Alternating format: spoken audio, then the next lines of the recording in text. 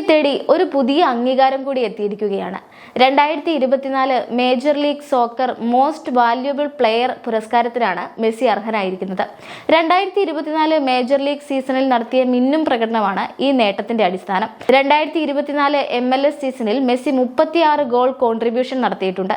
20 ഗോളും 16 അസിസ്റ്റും ഉൾപ്പെടെയാണിത്. ഈ മിന്നും പ്രകടനമാണ് MLS London ഡൊണാവൻ most valuable player പുരസ്കാരത്തിന് ഈ വർഷം മെസ്സിയെ അർഹനാക്കിയിരിക്കുന്നത്.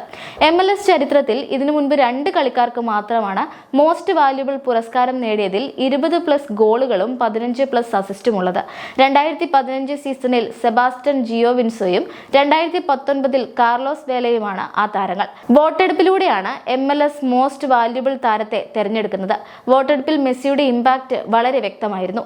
MLS കളിക്കാർ, മാധ്യമ പ്രതിനിധികൾ, ടെക്നിക്കൽ സ്റ്റാഫ് എന്നിവരാണ് വോട്ട് രേഖപ്പെടുത്തിയത്.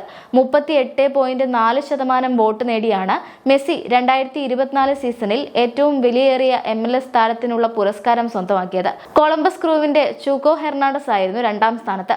33.7% വോട്ട് അദ്ദേഹത്തിന് ലഭിച്ചു.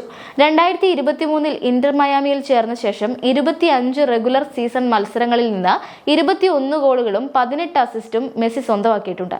അതിൽ 19 മത്സരങ്ങളിൽ സ്റ്റാർട്ടിംഗ് 11-ൽ ഉണ്ടായിരുന്നു. ഫുട്ബോൾ ചരിത്രത്തിലെ ഏറ്റവും മികച്ച കളിക്കാരനായാണ് മെസ്സി വിലയിരുത്തപ്പെടുന്നത്. 8 തവണ ബാലൻഡിയോർ പുരസ്കാരവും 3 തവണ ഫിഫയുടെ മികച്ച താരത്തിനുള്ള പുരസ്കാരവും മെസ്സി ഇതുവരെ സ്വന്തം പേരിൽ കുറിച്ചിട്ടുണ്ട്. 2024 ഫിഫ ദി ബെസ്റ്റ് പുരസ്കാരത്തിനുള്ള അന്തിമ പട്ടികയിൽ കഴിഞ്ഞയിടയ്ക്ക് മെസ്സി ഇടം പിടിച്ചിരുന്നു.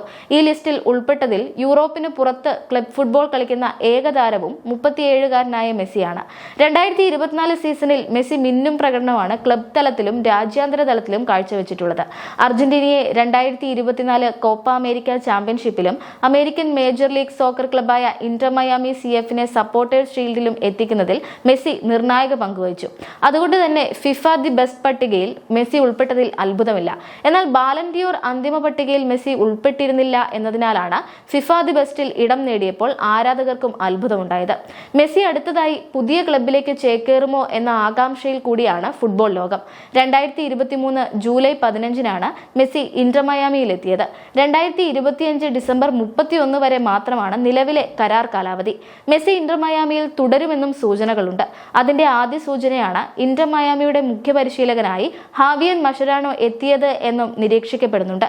മെസ്സിയും ഹാവിയൻ മഷരാനോയും മുൻ സഹതാരങ്ങളും അടുത്ത സുഹൃത്തുക്കളുമാണ്. അതുകൊണ്ട് തന്നെ നിലവിലെ കരാർ മെസ്സി പുതുക്കുക മാത്രമായിരിക്കും ചെയ്യുക എന്നാണ് വിവരം.